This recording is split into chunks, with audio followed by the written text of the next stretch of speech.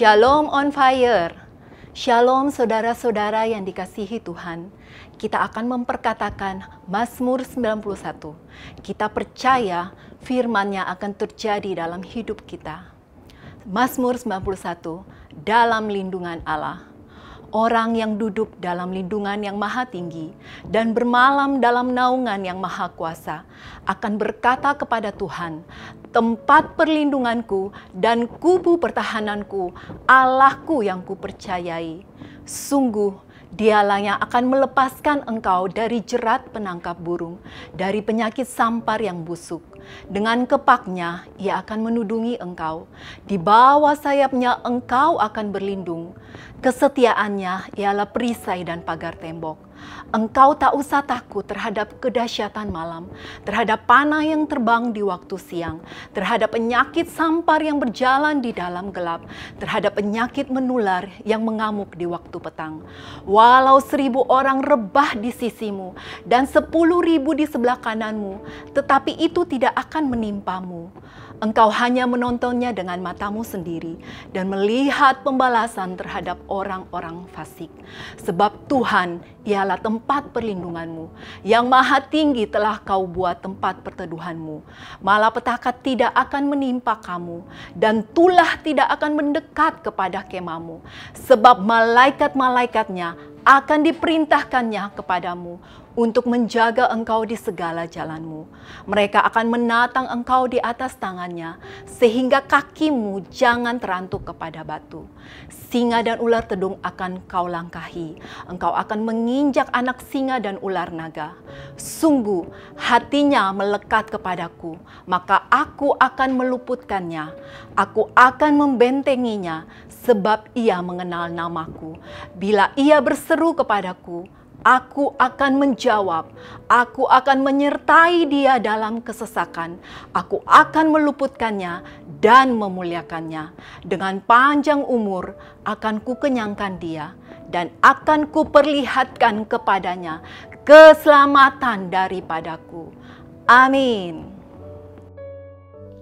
Bagi saudara yang butuh dukungan doa, dapat menghubungi ke nomor 0821 1281 7830 atau 0815 8208 581. Dapat juga chat private via Zoom ke tim doa. Selamat beribadah, Tuhan Yesus memberkati. Ya, shalom Bapak Ibu, kita percaya hadir Tuhan memeluk kita. Mari kita siapkan hati kita mau mendengarkan sebagian firman Tuhan.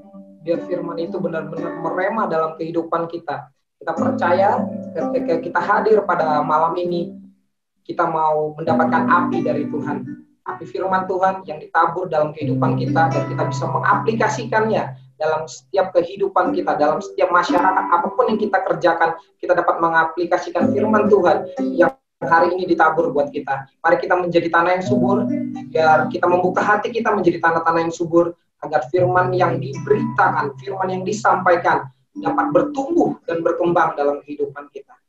Mari kita siapkan hati kita.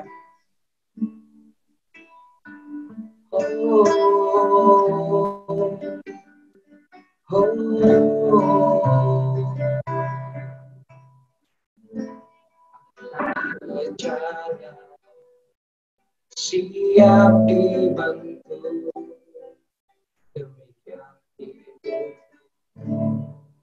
di tanganmu, dengan urapan kuasa rohmu, ku dibaharui selalu. Jadikan Allah dalam rumahmu,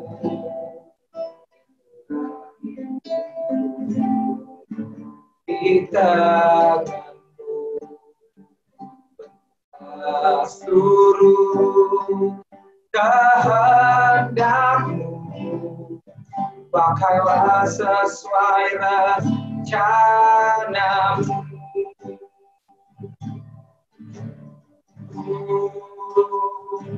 Mau sepertimu Yesus, sempurnakan selalu dalam segenap jalanku, memuliakan nama-Mu.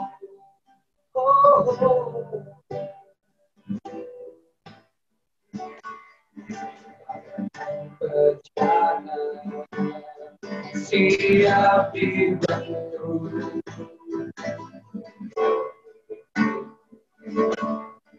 kita dapat kuasa Roh-Mu ditahui selalu.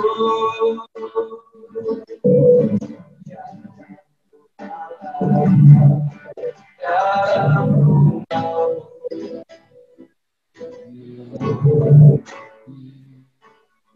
kita dulu kehendak-Mu, pakailah sesuai rencana-Mu.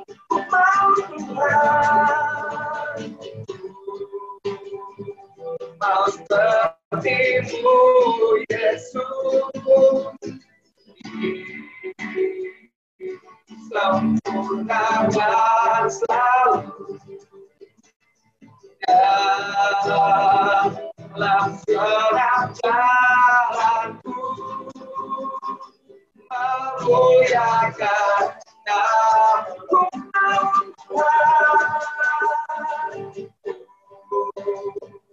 Mau seperti-Mu, Yesus, sempurnakan selalu dalam segenap jalanku, memuliakan nama-Mu.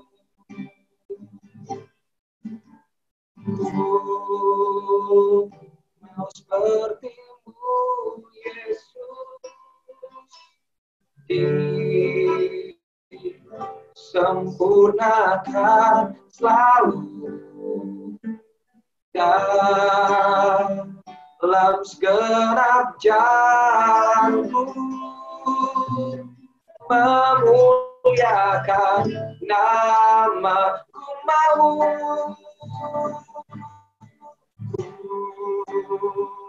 Mau seperti-Mu, Yesus, sempurnakan selalu dalam segenap jalanku, memuliakan nama-Mu, memuliakan nama-Mu, memuliakan nama-Mu. Mari kita berikan tepuk tangan buat Tuhan Yesus ya. Kita berikan tepuk tangan buat Tuhan Yesus. Kita sembah Dia. Engkau yang bisa berbahasa roh, mari yuk kita berbahasa roh. Rapasyama rabakuria bakasyakana rapapapapa. Oh rilabaya rabasyana matakuria labasyakana rabakiria bakasyakana. Oh rilabaya rabasyama tekona masyakatana. Oh rilabaya rabasyama rabasikini rabasyakata rapapapapapa. Oh rilabaya rabasyama tekona masyakana papapapa. Jadikan kami serupa dengan Engkau ya Tuhan. Jadikan kami seperti-Mu ya Tuhan. Pada akhirnya kami tahu melewati segala masalah, melewati segala pandemi, melewati segala problem, persoalan yang harus kami hadapi ya Tuhan. Kami akan menjadi serupa dengan Kristus. Menjadi serupa dengan Kristus. Menjadi serupa dengan Kristus sebelum Kau datang untuk kedua kalinya ya Tuhan Yesus. Oh terima kasih Tuhan, terima kasih. Engkau dahsyat buat kami ya Tuhan. Engkau luar biasa buat kami. Di dalam nama Tuhan Yesus, mari bersama-sama dengan suara keras katakan, amin. Sekali lagi beri tepuk tangan buat Tuhan Yesus. Yuk. Oke, shalom saudara, shalom. Boleh lambaikan tangan saudara, shalom semua. Bagaimana kabarnya? Sehat-sehat semuanya? Wah, yang paling sukacita hari-hari ini adalah kalau kita dalam keadaan sehat ya saudara. Berkat segala semua bisa dicari, tapi kesehatan ini hal yang mahal hari-hari ini saudara.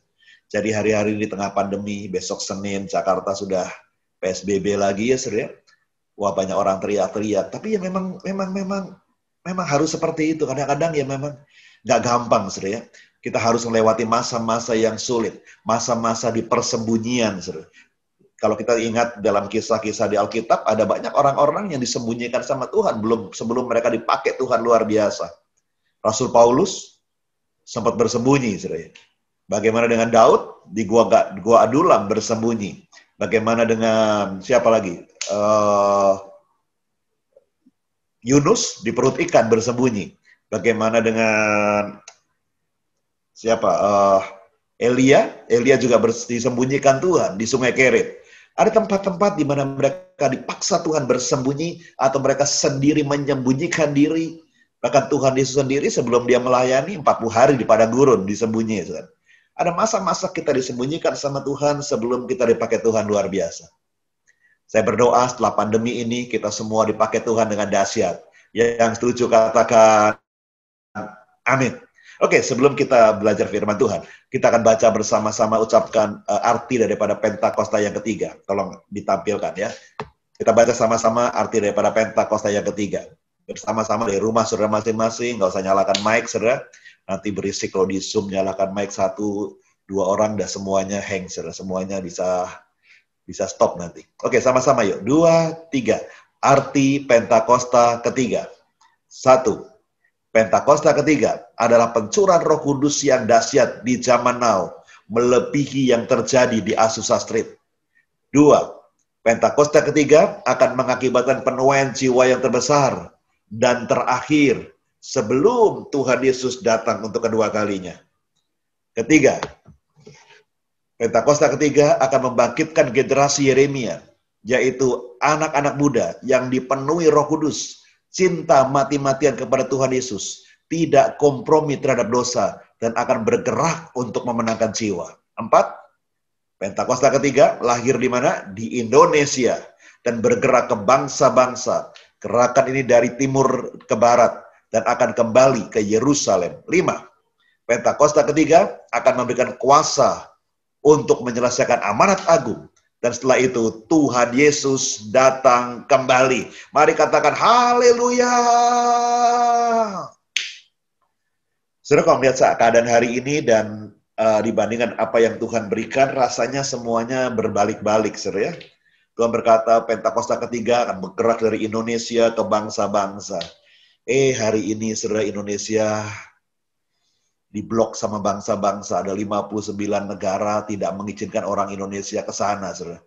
Sepertinya rasio kita, sepertinya pikiran logika normal kita nggak nyambung sama visi yang Tuhan berikan. Ya, ini pilihan buat kita hari-hari ini, lebih percaya sama fakta yang terjadi atau lebih percaya kepada Tuhan. Saya percaya janji Tuhan itu ya dan amin. Kalau dia berjanji, dia tidak akan mengingkari janjinya. Cepat atau lambat. Mungkin hari ini Indonesia seperti di lockdown oleh 59 negara. Tapi pada saatnya Tuhan, tiba-tiba Indonesia boleh jadi berkat sampai ke bangsa-bangsa. Yang setuju, sekali lagi katakan, amin. Oke, saudara, hari ini kita akan belajar mengenai Roh Kudus, Holy Spirit. Ya. Tuhan ingatkan saya mengenai satu pribadi yang namanya Holy Spirit. Kita baca lebih dulu yuk, sama-sama Kisah Rasul, pasal yang pertama, ayat yang ke-8. Sama-sama dengan suara yang keras kita baca. 2, 3. Tetapi kamu akan menerima kuasa. Kalau apa? Kalau Roh Kudus turun ke atas kamu. Dan kamu akan menjadi saksiku di Yerusalem dan di seluruh Yudea dan Samaria dan sampai kemana? Ke ujung bumi. Di sini ada salah satu dari rekan kita yang ikut Teus dari Papua, saudara. Ya, Teus dari Papua, dari ujung bumi. Kenapa disebut ujung bumi? Karena kalau kita lihat Yerusalem itu seringkali disebut pusat bumi. Kalau Yerusalem pusat bumi, maka ujung terjauh dari Yerusalem itu diperkirakan ada di sekitar Papua, saudara ya. Jadi sampai ke ujung bumi. 3 tahun yang lalu waktu saya ada di Wamena, saudara, saya sampai Wamena, tempat yang begitu indah, saudara, sejuk udaranya di daerah pegunungan, sedikit lagi sampai Jayawijaya, Teos dari Lanijaya, masalah ya tempatnya ya. Dari Wamena dia mesti terbang lagi pakai pesawat kecil ke Lanijaya, pesawat yang ya terbangnya mirip layangan, saudara. Yang penumpangnya cuma 12 sampai 16 orang. Kalau sedikit cuaca hujan, ada kabut, terbang nggak jadi terbang, saudara. Ya. Itu begitu saya nginjakan kaki di sana, saya dalam hati berkata gini, wow, saya ada di ujung bumi sekarang. Ada di ujung bumi. Akhirnya sampai juga di ujung bumi. Tempat yang begitu indah, saudara. Nah, Alkitab katakan begini, Tuhan akan berikan kita Roh Kudus. Dan apa yang terjadi waktu Roh Kudus diberikan kepada kita? Waktu Roh Kudus diberikan kepada kita, itu akan memberikan kuasa untuk memberitakan Injil, menjadi saksi dari Yerusalem, Yudea, Samaria, bahkan sampai ke ujung bumi. Sampai ke ujung bumi, saudara. Jadi Roh Kudus yang memenuhi kita, kita percaya kita dipenuhi oleh Roh Kudus. Karena waktu kita percaya Tuhan sebagai juru selamat pribadi, maka Roh Kudus berkuasa atas hidup kita. Itu akan memberikan kuasa, otoritas kepada kita. Untuk apa? Untuk memberitakan Injil sampai ke ujung-ujung bumi. Yang mau dipakai Tuhan, sama-sama katakan amin. Nah, saudara, ada tiga hal di mana Roh Kudus akan bekerja dahsyat hari-hari ini. Kuasa itu akan bekerja luar biasa hari-hari ini. Yang pertama, saudara, kuasa untuk apa? Kuasa untuk hidup kudus, saudara. Loh Pak, cuma hidup kudus saja kok. Apa susahnya? Saudara, makan soto kudus gampang, saudara. Makan soto kudus enak. Hidup kudus bukan perkara mudah, saudara. Yuk kita baca, yuk kita ayatnya, yuk sama-sama, yuk di rumah saudara masing-masing. 1 Petrus 1 ayat yang kelima. Tapi hendaklah kamu menjadi kudus di dalam seluruh hidupmu, sama seperti Dia yang kudus, yang telah memanggil kamu. Kudus, Tuhan mau, suka atau nggak suka, kita menjadi kudus di hadapan Dia. Menjadi umat yang kudus di hadapan Tuhan. Kudus. Kudus, kalau saya baca di Kamus Besar Bahasa Indonesia, kata kudus itu artinya suci, artinya bersih, artinya murni. Kudus. Waktu kita diciptakan Tuhan, Adam Hawa pada mulanya semuanya kudus. Tapi dosa merusak hidup mereka. Dan waktu kita berterima Tuhan sebagai juru selamat pribadi kita, maka salah satu tugas yang diberikan oleh Tuhan kepada Roh Kudus adalah Roh Kudus akan menguduskan kita, menjadikan kita kudus kembali. Kudus dalam hal apa, saudara? Filipi pasal 2 ayat yang kelima katakan, biarlah pikiranmu itu juga kudus. Saya coba saya lihatkan buat saudara ya.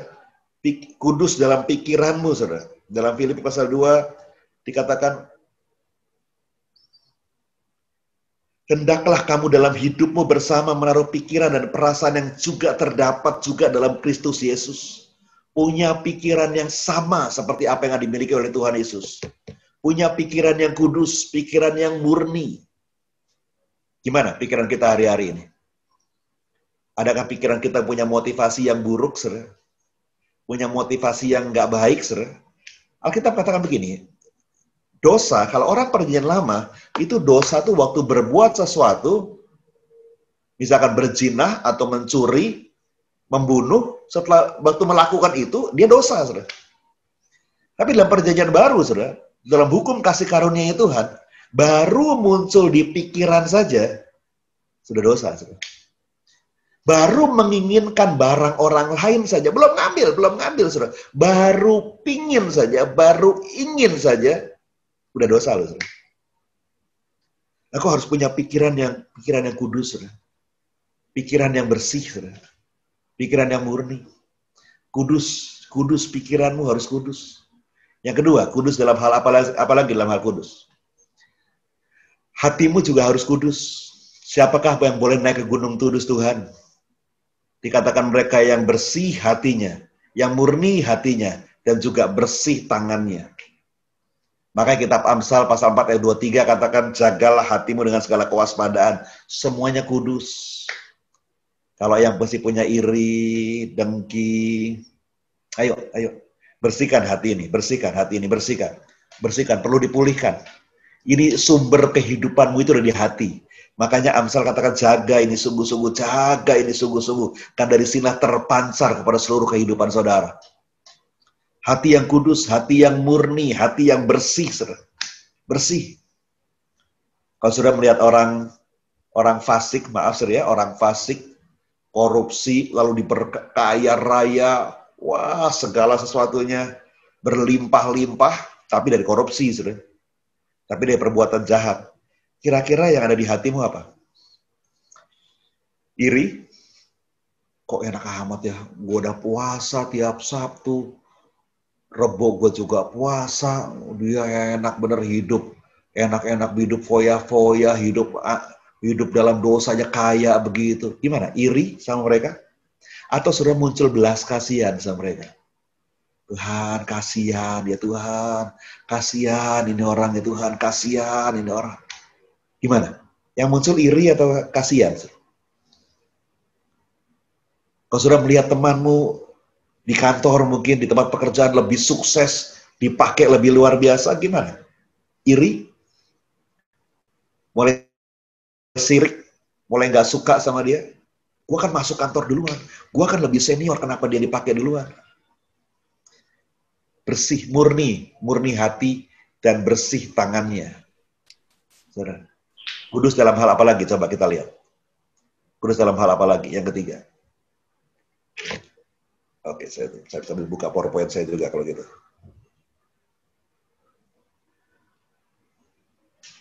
Kudus dalam perkataan, saudara. Dalam perkataan kita. Kadang-kadang kita berkata-kata seenaknya, saudara. Orang bilang asal ceplas-ceplos, saudara.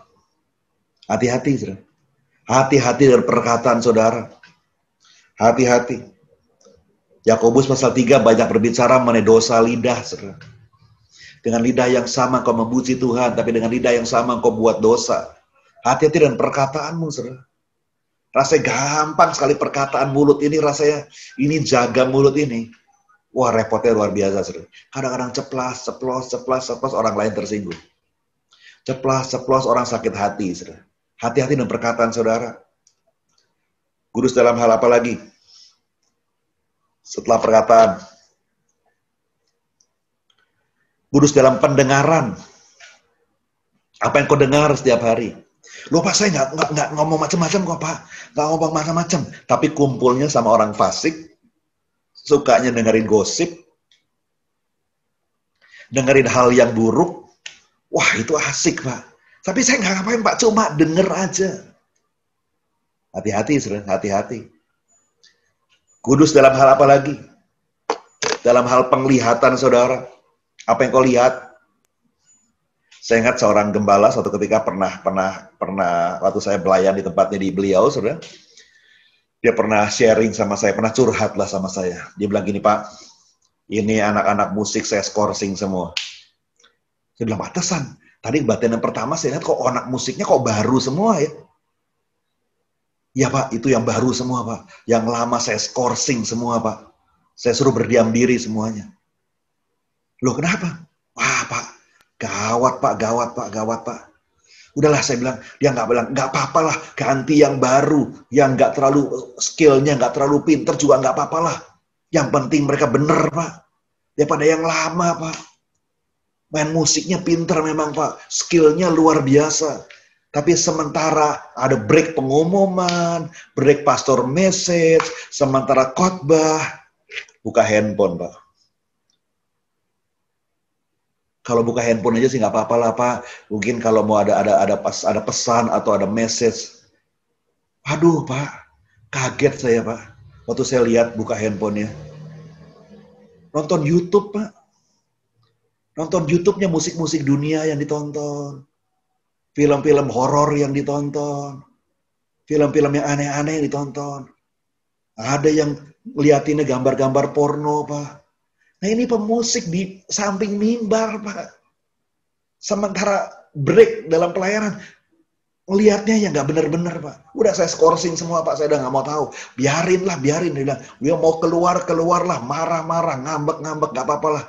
Yang penting saya mending ganti yang baru aja semuanya. Kecuali suatu ketika dia bertobat, baru boleh melayani lagi. Saya bilang, yang benar, Pak. Nah iya, bukan yang benar, Pak. Bapak tahu saya, Pak. Saya tuh nggak aneh-aneh, Pak. Saya tuh juga sayang sama mereka. Tapi itu faktanya. Hati-hati dosa dalam penglihatan, saudara. Dosa itu selalu menguasai kita. Coba menguasai kita, saudara. Tapi Roh Kudus Tuhan berikan buat saudara. Roh Kudus menyertai saudara. Menjaga hidupmu. Supaya hidupmu tetap kudus di hadapan Tuhan. Yang setuju, sama-sama katakan amin. Yang kedua. Apa yang diberikan Roh Kudus kepada kita? Yang kedua.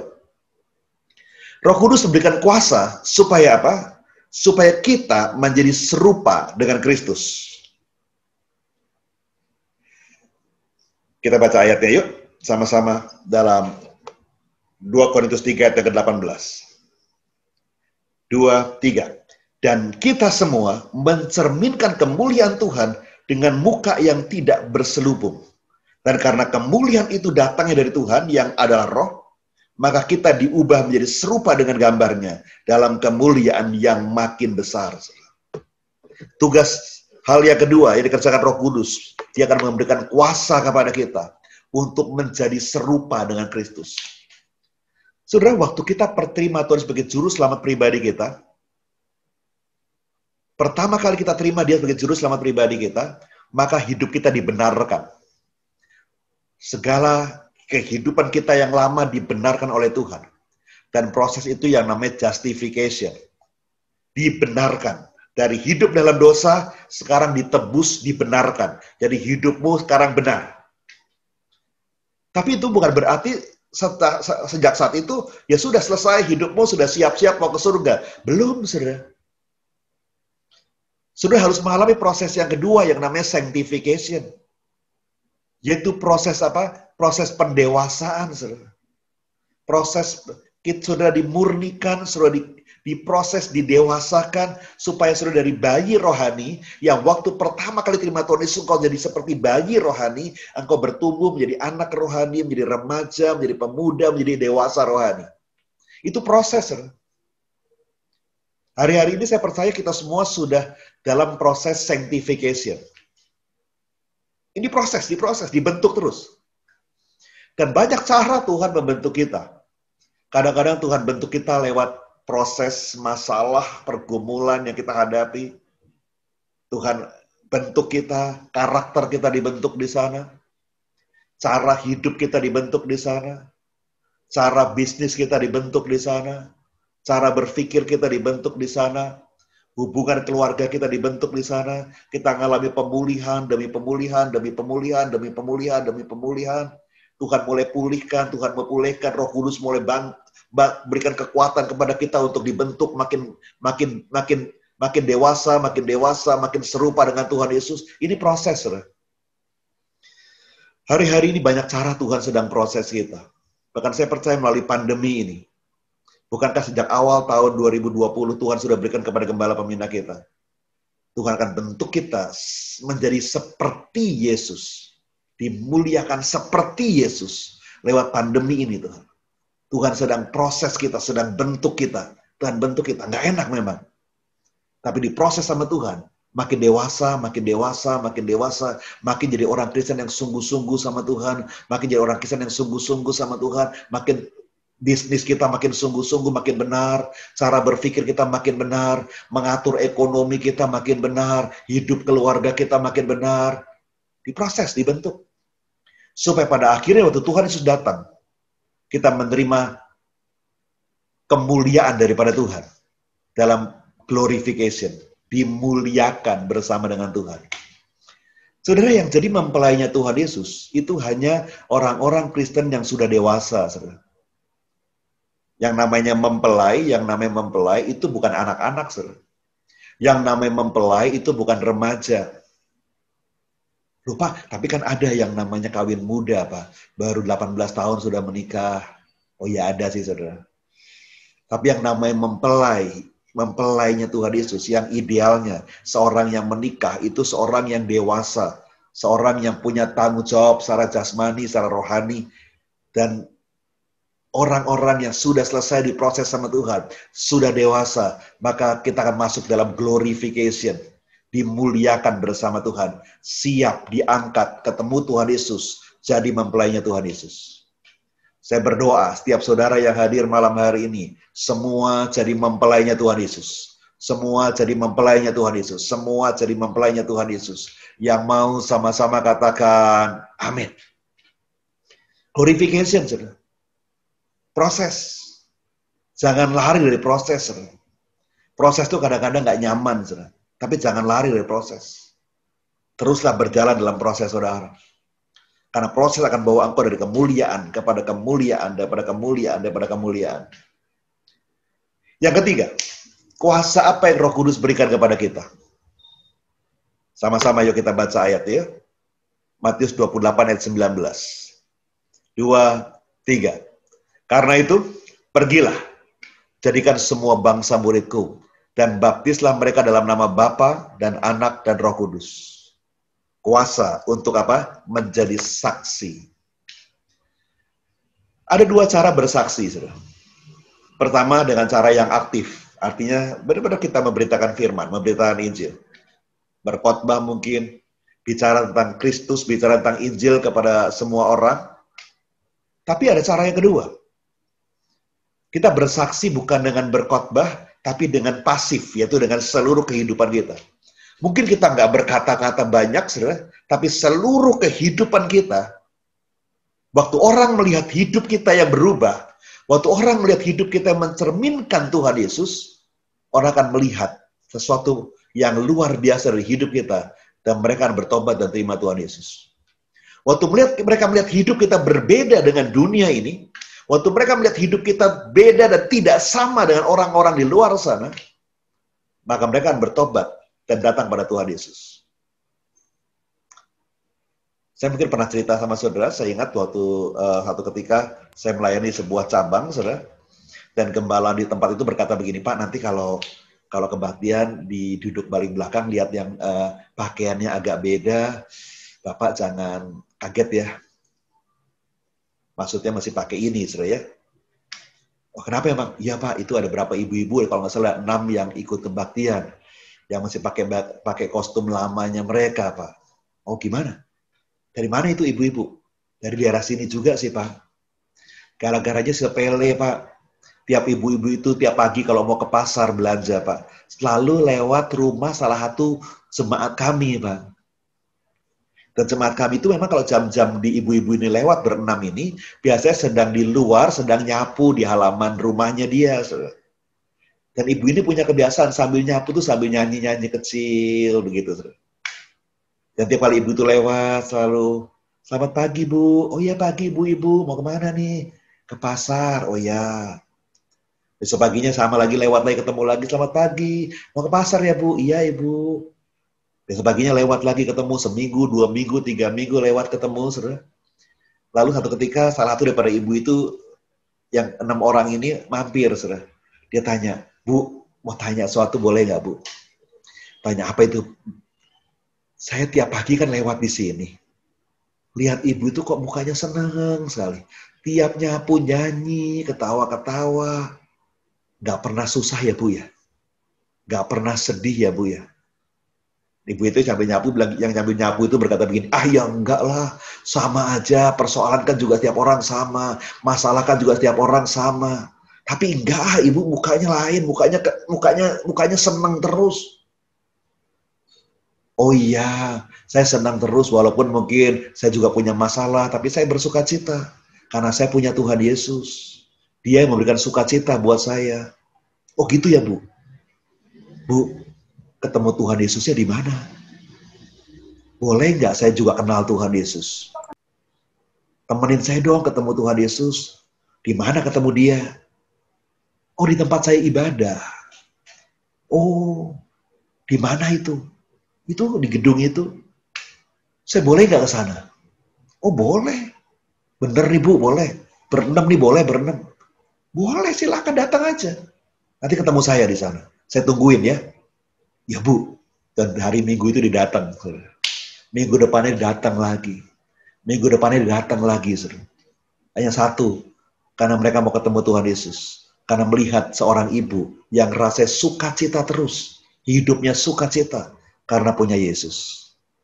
Biar tuh banyak orang melihat hidup saudara yang berubah. Karena engkau punya Yesus, engkau punya Roh Kudus. Dan mereka bertobat dan datang sama Tuhan Yesus. Roh Kudus memberikan kuasa untuk memberitakan Injil. Saudara. Memberikan kemampuan kepada kita. Memberitakan Injil itu bukan perkara mudah. Kadang-kadang mulut kita susah bicara. Kadang-kadang kita sulit sekali untuk memberitakan Injil. Tapi Roh Kudus akan memberikan kuasa. Seperti kuasa yang diberikan Roh Kudus kepada Petrus. Dia buka loteng atas dan dia berkhotbah 3.000 orang bertobat. Saudara. Pada Petrus yang sama, ada Petrus yang pengecut, saudara. Petrus yang takut, Petrus yang tidak punya keberanian untuk bersaksi. Tapi tiba-tiba waktu dia penuh dengan Roh Kudus, dia penuh Roh Kudus, maka tiba-tiba dia punya keberanian yang luar biasa. Saya ingat, saudara, tahun 97, saya beberapa kali sempat melayani di China, sudah beberapa kota, salah tiga kali saya ke China, kalau nggak salah, saya lupa ingat, saudara, tahun 97, sudah 13 tahun yang lalu. Saya ketemu dengan banyak hamba-hamba Tuhan di sana. Saya ketemu dengan komunitas Kristen di sana, saudara. Dan saya melihat, wow, mereka itu orang-orang yang luar biasa. Mereka punya orang-orang yang punya spirit keberanian yang luar biasa. Walaupun menjadi orang Kristen di negeri itu tidak gampang, saudara. Jadi orang Kristen di negeri itu tantangannya adalah aniaya, saudara. Nah, tapi mereka sepertinya punya satu keberanian yang buat kami, rasanya kami geleng-geleng, saudara. Kan kadang-kadang kita bilang gini, waduh kalau gue yang di Indonesia nih ketemu begini nih, kabur udah. Wah, udah kabur deh. Buat mereka tuh kalau namanya di penjara, itu perkara biasa. Saudara. Bahkan di antara hamba-hamba Tuhan di sana, itu kalau ketemu pertanyaannya bukan, dengar-dengar kuliah teologi ya? Sudah S berapa sekarang? Oh, baru S2. Oh, udah S2. Oh, hebat tuh, gue aja baru S1, nggak sempet-sempet di S2. Kalau di sana lain sudah ngomongnya, saudara. Udah berapa kali di penjara? 4. Oh, gua 6. Buat mereka tuh tiap kali masuk penjara, saudara, dan disiksa di penjara. Di penjara itu bukan sekedar ditahan, saudara, disiksa, saudara. Itu seperti lulus sarjana, saudara. Keluar 3 bulan, 6 bulan lagi masuk lagi, dihukum lagi. Bukan karena mereka maling, bukan karena mereka ngerampok, karena mereka memberitakan Injil, saudara. Tapi begitu keluar penjara, tidak membuat mereka hilang keberanian. Saudara. Kita kadang-kadang mikir, waduh, kita kalau bandingin mereka rasanya nggak ada apa-apa. Saudara. Satu ketika kami melayani sebuah tempat, saudara, di sebuah gereja kecil lah, dan hamba-hamba Tuhan datang situ untuk di training, saudara. Dan singkat cerita, di hari keempat daripada training itu kami digerebek, saudara. Digerebek polisi. Saudara. Ada kira lebih 30-40 polisi datang gerebek dan mau tangkap. Karena kami tidak punya izin untuk mengajar, untuk training di sana. Kami punya visa, kami turis. Ini ada orang asing di sini, ada orang asing di sini. Akhirnya waktu kami sudah sempat dilarikan, sudah disembunyikan. Bahkan seorang teman kami sampai saking takutnya, sementara dia lari, dia buang tas ranselnya, saudara. Kami sudah diberitahu, pokoknya ranselmu yang pria kadang-kadang bawanya ransel, kalau yang perempuan selain bawa tas juga kadang-kadang bawa tas gantung, pokoknya yang pria, ranselmu, di mana pasportmu ada, dompetmu ada, jangan jauh-jauh dari kamu. Jangan ditaruh di sana, lalu kamu ada di sana, jangan. Pokoknya selalu mesti di dekat kemanapun, mau ke toilet, mau kemana, bawa. Yang wanita juga, tasnya di mana ada dompet, ada paspor, kalau pakaian, masa bodoh. Yang ada dompet, ada paspor, bawa kemana saja. Kita pikir, ngapain gitu loh. Kita kan di Indonesia geletak sana, geletak sini, taruh sana, taruh sini. Karena di sana itu sewaktu-waktu, begitu digerebek, begitu, saudara. Langsung ambil tas, langsung lari, saudara. Nah, salah satu teman kami itu, salah satu rekan kami, saudara, begitu polisi datang, gerebek, wah dia ketakutan, ranselnya ketinggalan di pojok sana, saudara. Dia bilang, ransel gua. Yang di sana udah nggak sempet bawain ranselnya, mereka juga ketakutan, saudara, ranselnya dibuang lewat jendela, saudara. Pokoknya terambil di luar, lewat jendela, dibuang sama dia. Sampai akhirnya, saudara, dia kehilangan ranselnya 3 hari, saudara. Karena nggak berani ada yang mendekat ke gedung itu selama 3 hari, saudara. Wah, itu takutnya luar biasa. Dia bilang, takutnya luar biasa. Kenapa? Itu dompetnya, pasportnya, semua dokumen dia ada di situ. Saudara. Itu kalau sampai ransel itu nggak ketemu, udah imigran gelap. Saudara. Nggak akan pulang ke Indonesia. Saudara. Setelah hari ketiga itu ketemu sama ranselnya, baru boleh kembali dekat-dekat pelan-pelan ke gedung itu kembali. Karena 3 hari dijaga polisi di polis lain. Saudara. Begitu ranselnya masih ada di tumpukan-tumpukan antara sampah dan puing di pojokan tempat dekat jendela tadi, wah itu ransel dipeluk sama dia, waduh rasanya ketemu pacar. Saudara. 3 hari nggak ketemu ransel. Saudara. Nah, karena kami sempat dilarikan seperti itu, saudara, akhirnya mereka polisi militer tidak temukan kami, akhirnya ditangkap gembalanya. Pak Gembala ditangkap. Saudara ditangkap. Wah, kami sudah kabur, saudara. Kami sudah kabur, kocar-kacir, saudara. Kami ngumpet di hotel, nggak berani keluar dari hotel, makan pun keluar makan, balik lagi ke hotel, seperti lockdown, saudara. Ditangkap, gembalanya ditangkap, karena mau diinterogasi, saudara. Begitu Pak Gembala ditangkap, saudara, akhirnya 3 hari kemudian setelah diinterogasi, bikin surat pernyataan, boleh dilepas lagi. Karena nggak ada bukti, saudara. Nggak ada bukti bahwa ada orang asing di sana. Setelah dilepas lagi, mereka kontak kita lagi. Gimana? Semua sehat ya? Semua aman ya? Ya aman. Kalian gimana? Kita juga sudah, ini Pak Gembala baru keluar dari polisi, dari tahanan, baru keluar. Wah, puji Tuhan, ya sudah. Kita cooling down dulu ya. Oh enggak, kita mulai lagi training. Mulai lagi, saya bilang. Gimana mulai lagi ceritanya? Ini baru keluar dari tahanan, udah mulai lagi. Tapi kan tempat itu di polis lain. Kita cari tempat yang lain. Pokoknya kita training lagi. Saudara bilang ini orang gila apa nekat ya? Baru keluar penjara, udah training lagi, saudara. Itu kalau bukan Roh Kudus yang berikan dia keberanian, saudara. Logika manusia nggak mungkin, saudara. Satu ketika kami ketemu lagi dengan seorang yang lain. Kami sedang makan di sebuah, bukan kafe ya, kami diajak makan ke kantin. Kantinnya sebuah university. Jadi pas university itu libur, kantinnya itu juga sepi, jadi ayo kita makan di kantin universitas saja. Kebetulan yang punya kantin itu pengerja gereja. Ya. Nanti dia masakin buat kita. Ya, oke, sampai sana, rupanya kami ditemu langsung sama yang punya kantin, dia seorang pelayan Tuhan, pengerja gereja, pelayan, dan wah baik sekali orangnya, dia masak. Oke, saya masakin. Mau makan apa? Makan ayam ya? Mau makan ini? Wah, ayo masak. Dia masak buat kita. Nah, sementara dia masak, kami ngobrol-ngobrol, kami berempat itu kami ngobrol-ngobrol, lalu datanglah 2 anak-anak muda perempuan, umurnya mungkin sekitar 22-23 tahun, perempuan, 2 gadis itu bawain makanan yang sudah selesai dimasak. Lalu gembala tuan rumah di sana perkenalkan, Pak, Bapak, Ibu-ibu, ini juga jemaat gereja. Kebetulan mereka baru lulus sekolah, nggak ada pekerjaan, lalu mereka kerja bantu di kantin ini. Sama bapak yang tadi bantuin. Jadi ini juga dua-duanya ini jemaat kami, jemaat dari gereja. Oh ya kami kenalan namanya siapa dan lain sebagainya. Lalu setelah kenalan, mereka kembali ke dapur untuk mau ambil minum dan lain sebagainya. Lalu gembala itu cerita. Bukan gembalanya. Setelah kami sedang makan, yang punya kantin datang lagi, ikut gabung sama kita, lalu dia cerita. Tadi sudah ketemu sama yang 2 perempuan itu. Oh iya, kami udah ketemu, kami udah kenalan. Oh iya. Wah, dia baik sekali, anak-anak itu baik sekali. Dia bantu saya di kantin ini. Dia bantu bersih-bersih, dia bantu di dapur, dia bantu masak dan lain sebagainya. Lalu yang punya kantin itu cerita begini. Saya nggak bisa gaji dia besar-besar. Karena kantinnya juga kantin yang kecil, dia bilang. Saya beri dia gaji itu 200 yuan setiap bulan.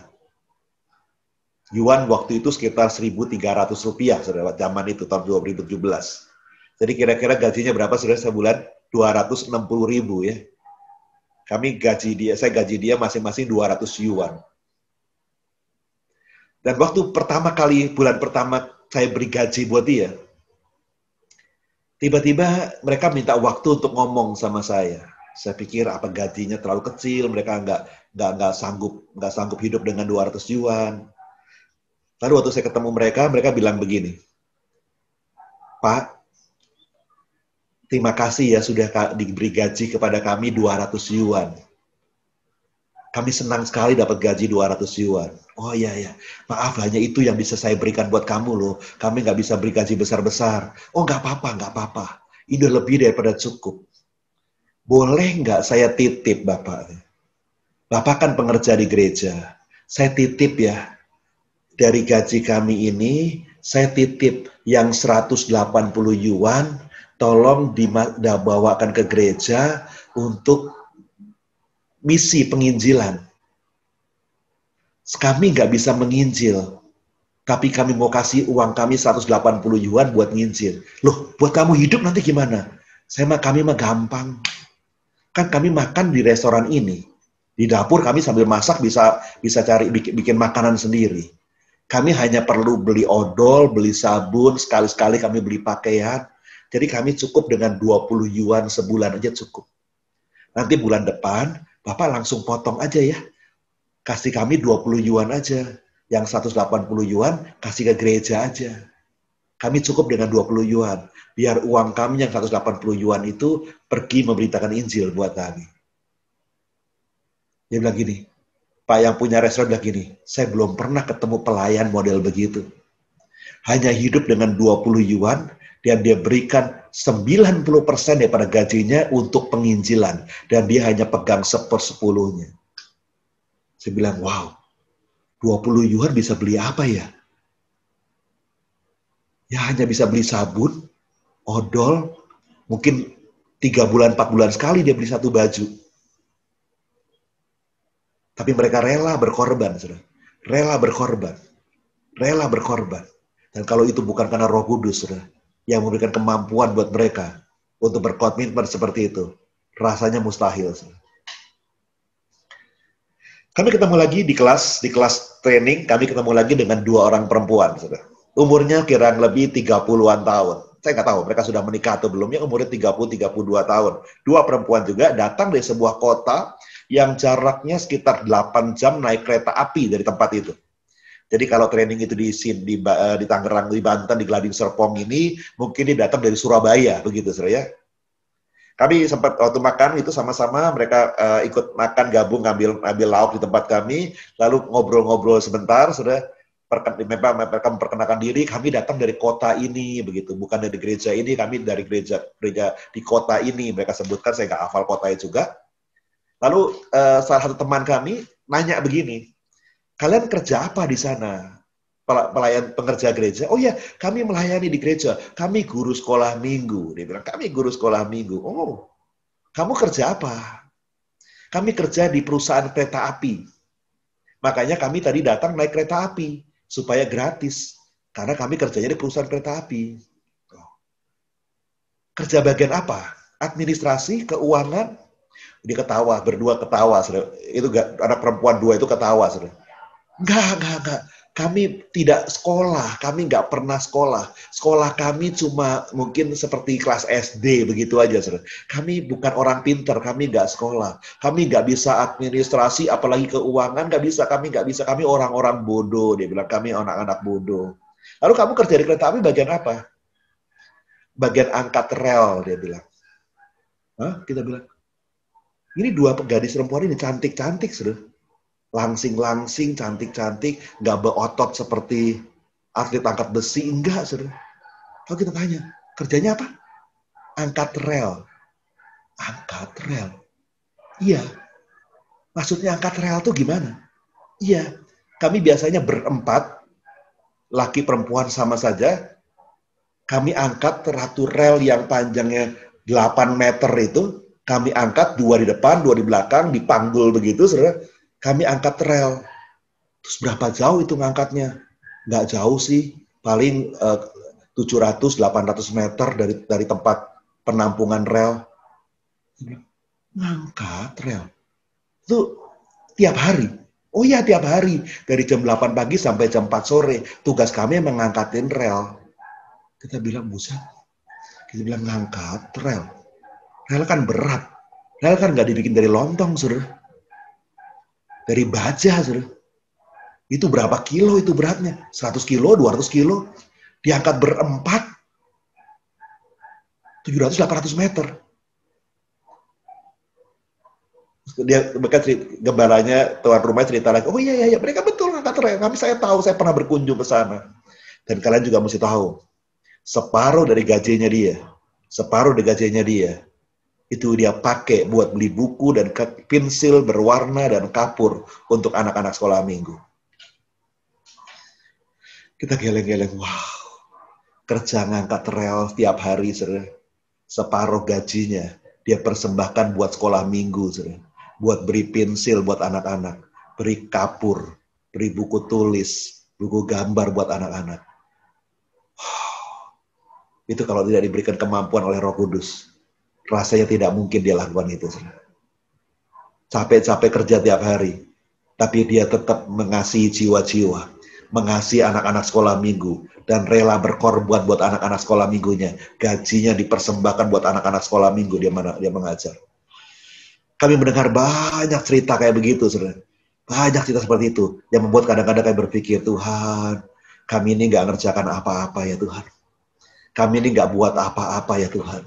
Yang mereka buat itu jauh lebih daripada apa yang kami sudah buat di sini ya Tuhan. Kami ini sudah nggak buat ya Tuhan. Kami ini nggak buat apa-apa ya Tuhan. Oh Tuhan, terima kasih Tuhan, Kau dahsyat, Kau dahsyat. Saudara, Roh Kudus memberikan kuasa, memberikan otoritas. Untuk apa? Untuk kita memberitakan Injil. Yang mau katakan, amin. Malam ini kita belajar 3 perkara ini. Roh Kudus curahkan di era Pentakosta yang ketiga ini. Yang pertama, buat apa, saudara? Memberikan kuasa kepada kita untuk hidup kudus. Yang kedua, memberikan kita kuasa untuk menjadi serupa dengan Tuhan Yesus. Yang ketiga, memberikan kuasa untuk apa? Untuk pergi memberitakan Injil. Yuk kita berdoa yuk. Homa rabasyama takuria bakasyakana rabakuria bakasikini rabasyakana.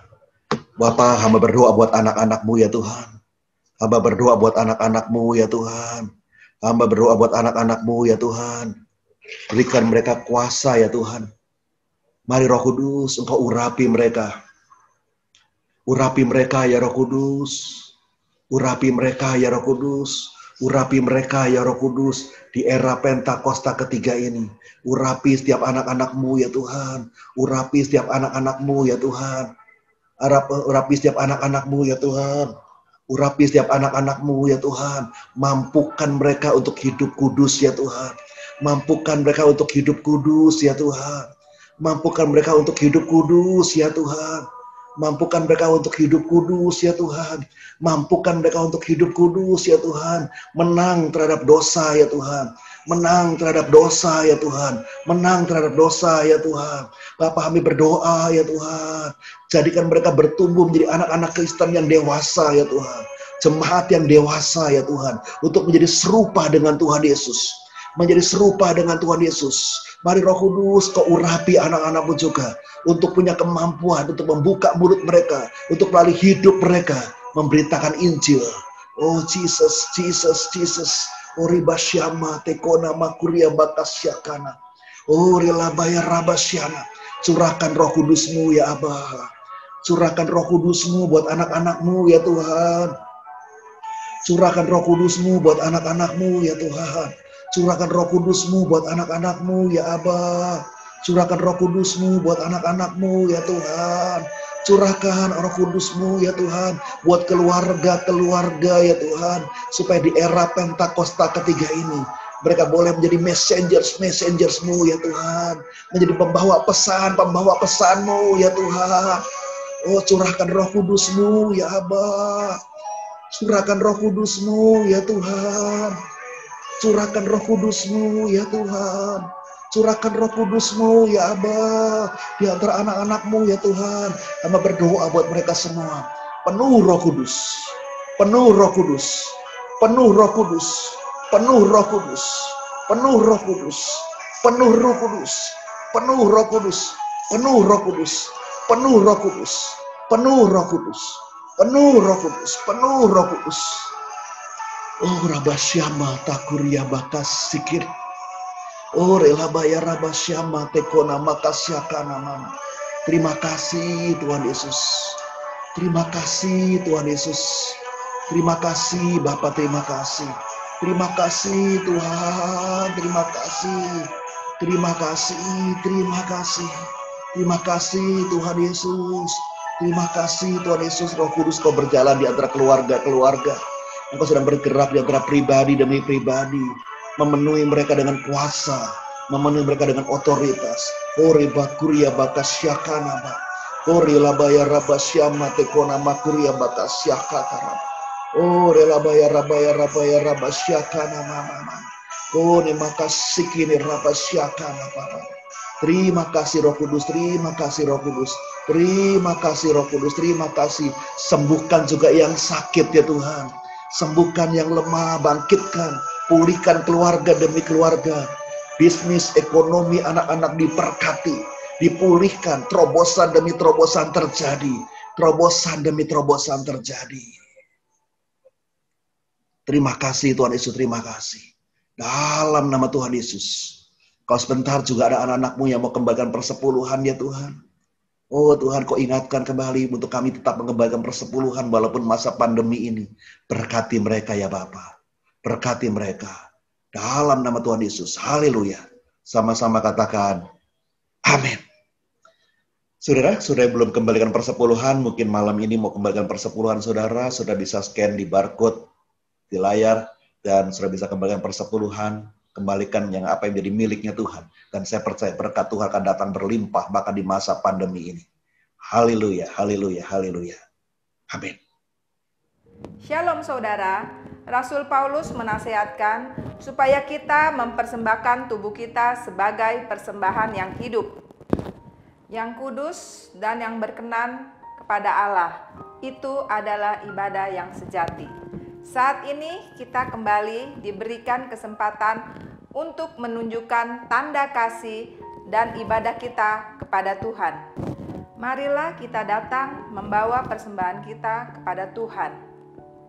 Bapak Ibu dapat memberikan persembahan dengan cara scan QRIS yang tertera di samping saya atau transfer ke rekening di bawah ini.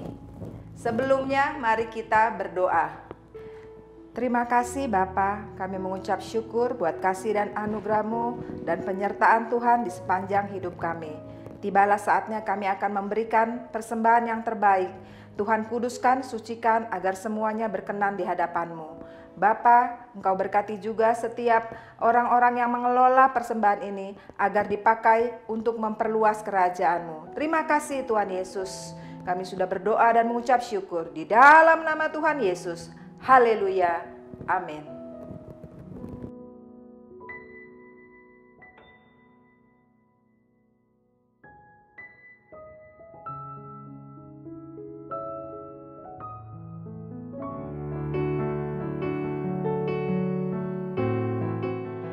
Shalom on fire anak muda.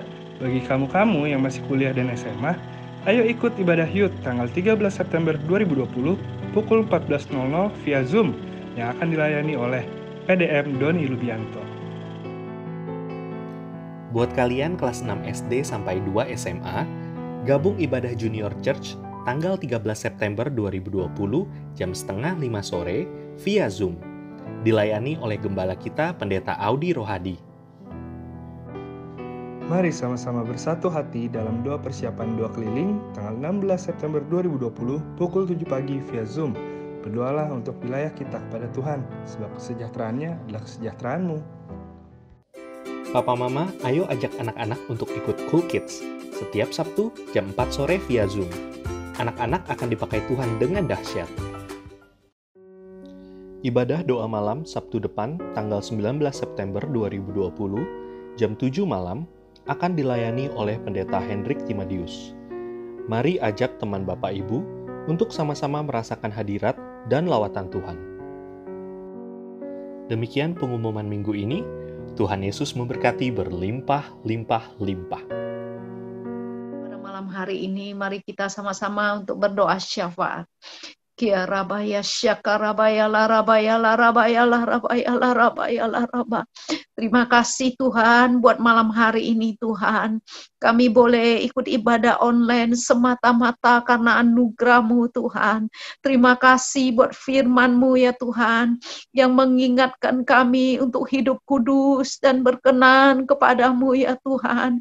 Yang mengingatkan kami untuk perkataan kami Tuhan, mengingatkan kami Tuhan, untuk pikiran kami Tuhan, akan kelakuan kami Tuhan, supaya Tuhan kami mampu Tuhan melewati masa-masa pandemi, masa-masa yang sulit Tuhan, supaya perkenanan-Mu turun setiap kami ya Bapa. Ajar kami hidup berkenan kepadamu ya Tuhan. Terima kasih Bapak, terima kasih. Oh Rabaya Syeka, mari kita berdoa buat gembala kita. Ya Rabaya Syeka la raba. Tuhan, kami juga berdoa buat gembala kami yang kami kasihi Tuhan, Bapak Audi Rohadi ya Tuhan.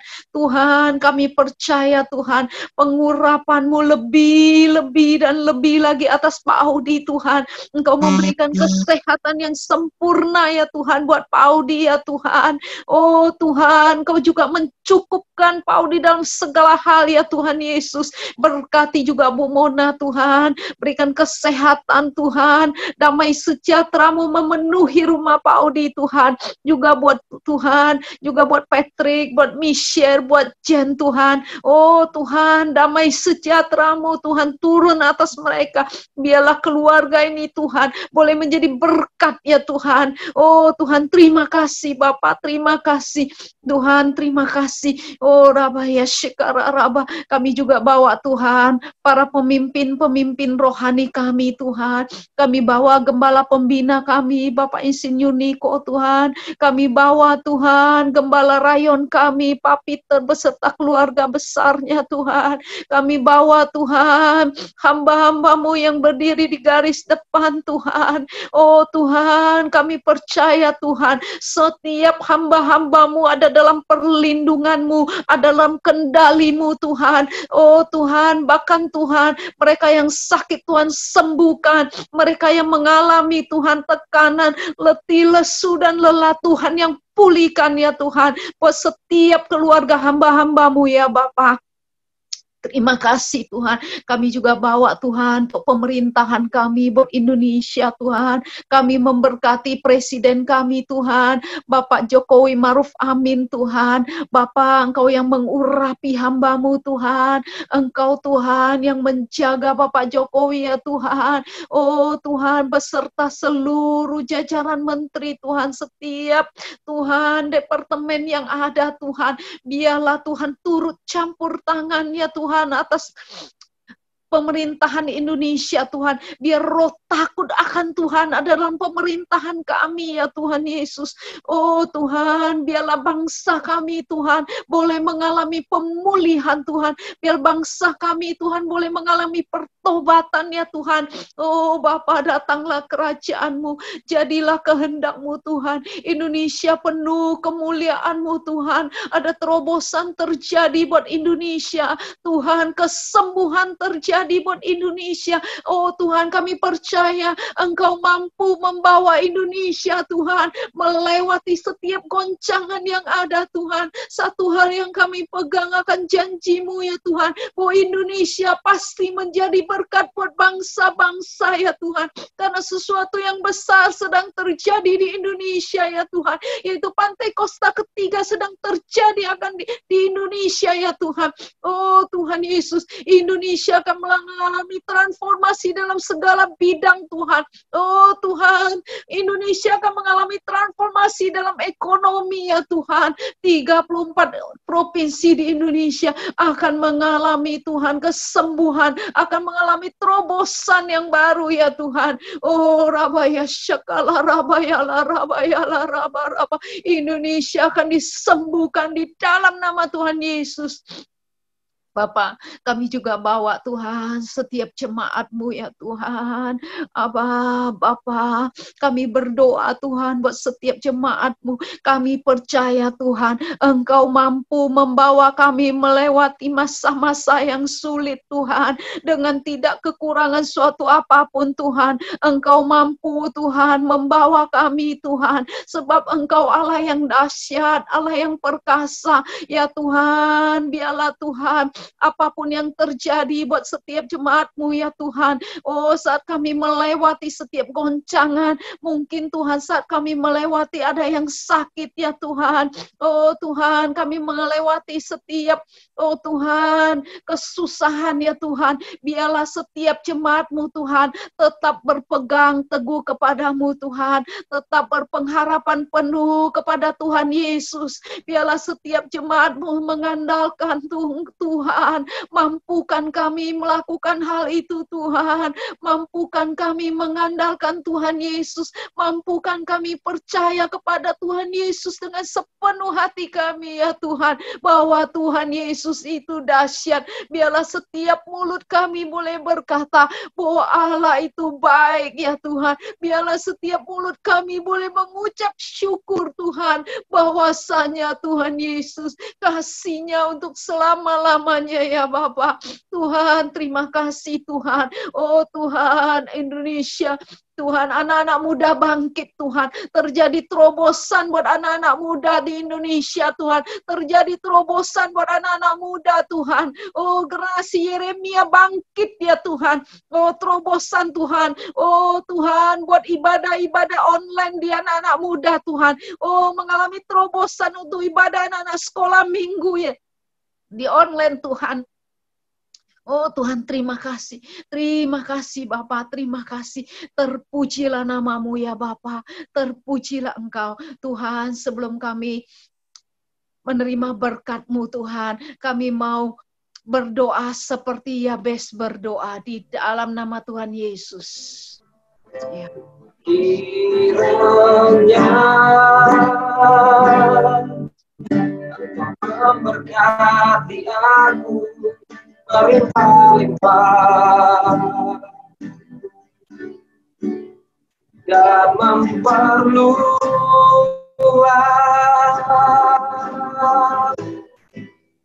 daerahku.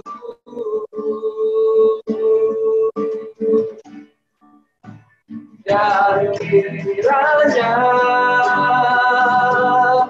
tanganmu menyertai aku dan melindungi aku daripada malapetaka, sehingga kesakitan tidak menimpa aku, sehingga kesakitan tidak menimpa aku, sehingga kesakitan tidak menimpa aku.